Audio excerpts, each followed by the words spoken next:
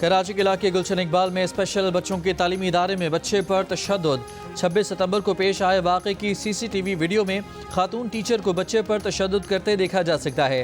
واقعے کا مقدمہ 2 اکتوبر کو Sindh empowerment of person with disability کی مدعیت میں درج کرایا گیا۔ ادارے نے ٹیچر کو برطرف کر دیا۔ پولیس کا کہنا ہے کہ تشدد کرنے والی خاتون کو جلد گرفتار کر لیا جائے گا۔ آزاد کشمیر میں پرتشدد احتجاج کے بعد وزیراعظم شہباز شریف کی ہدایت پر حکومتی مذاکراتی کمیٹی کے عوامی ایکشن کمیٹی سے مذاکرات، مسائل کا حل نکالنے پر گفتگو۔ حکومتی کمیٹی کے رکن امیر مقام نے کہا ہے کہ بات چیت کے بعد عوامی ایکشن کمیٹی کے رہنماؤں نے اپنے دیگر ساتھیوں سے مشاورت کے لیے مہلت مانگی ہے۔ حکومتی کمیٹی کے رکن قمر زمان قاہرہ نے کہا کہ جائز حقوق کے لیے ہم بھی ساتھ ہیں، اس مسئلے کا بہترین حل نکالیں گے۔ بات چیت سے پہلے سینیٹر رانا ثناءاللہ نے کہا کہ جائز مطالبات پر مذاکرات کریں گے، تمام مسائل حل کریں گے۔ وزیراعظم آزاد کشمیر چودھری انوار الحق نے کہا کہ امید ہے بات چیت سے مسائل کا حل نکل آئے گا۔ وزیراعظم شہباز شریف نے آزاد کشمیر میں مظاہروں کے دوران ناخوشگوار واقعات کی تحقیقات کا حکم دیا ہے، شہریوں سے پرامن رہنے کی اپیل کی ہے، قانون نافذ کرنے والے اداروں کو تحمل اور بردباری کا مظاہرہ کرنے کی ہدایت کی ہے۔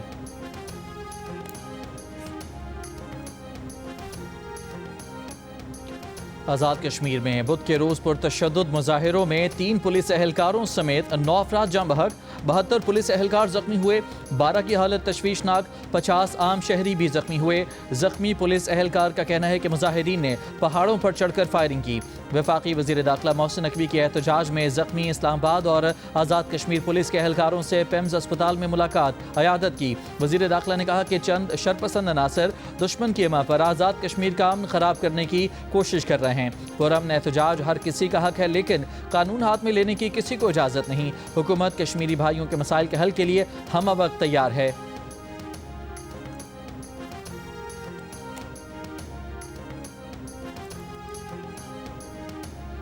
وزیر دفاع خواجہ آصف کی آزاد کشمیر کے شہریوں سے پرامن رہنے کی اپیل، کہا آزاد کشمیر میں احتجاج کرنے والے مقبوضہ کشمیر کی 3 نسلوں کی جدوجہد پر غور کریں، جو آپ کو میسر ہے اس کا عشر عشیر کا بھی وہ تصور نہیں کر سکتے۔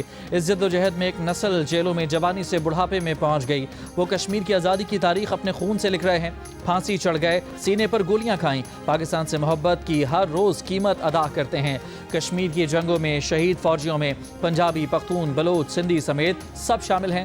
پاکستان نے اپنا وجود کشمیر کی آزادی کے لیے داؤ پر لگایا ہے اور لگائیں گے۔ آزاد جموں کشمیر کے نمائندوں کا وزیر اعظم پاکستان کی جانب سے حکومتی کمیٹی کے قیام کا خیر مقدم۔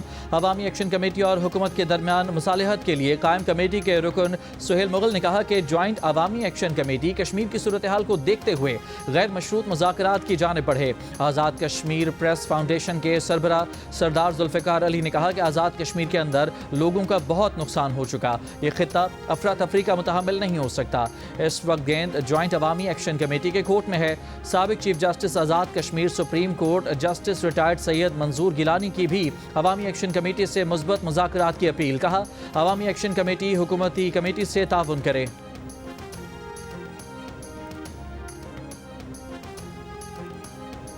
وزیر داخلہ محسن نقوی نے نیشنل پریس کلب کے واقعے کی انکوائری کا حکم دے دیا، کہا صحافی برادری پر تشدد کسی صورت قبول نہیں۔ وزیر مملکت برائے داخلہ طلال چودھری نے کہا ہے کہ حکومت نے نیشنل پریس کلب اسلام آباد کے واقعے پر غیر مشروط معافی مانگی ہے۔ مظاہرین گرفتاری سے بچنے کے لیے پریس کلب میں داخل ہوئے، پولیس اہلکار عمارت کا اندازہ کیے بغیر مظاہرین کے پیچھے وہاں چلے گئے۔ واقعے کے چند منٹ بعد ہی وزیر داخلہ نے نوٹس لیا اور میں پریس کلب پہنچ گیا۔ آزاد کشمیر میں مسئلے کے حل کے لیے وزیر اعظم کو کسی پیکج کا اعلان کرنا پڑا تو وہ کریں گے۔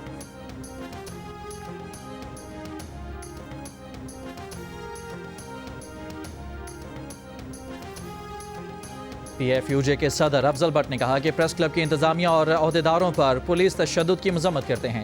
Secretary general P F U J Arshad Ansari کا وزیر اعظم شہباز شریف سے واقعے کا نوٹس لینے اور ملوث اہلکاروں کے خلاف مقدمہ درج کرنے کا مطالبہ۔ صدر کراچی پریس کلب فاضل جمیلی کے واقعے کی مذمت، مکمل جواب دہی کا مطالبہ۔ ہیومن رائٹس کمیشن کا واقعے کی فوری انکوائری اور تشدد کے ذمہ داروں کے خلاف کارروائی کا مطالبہ۔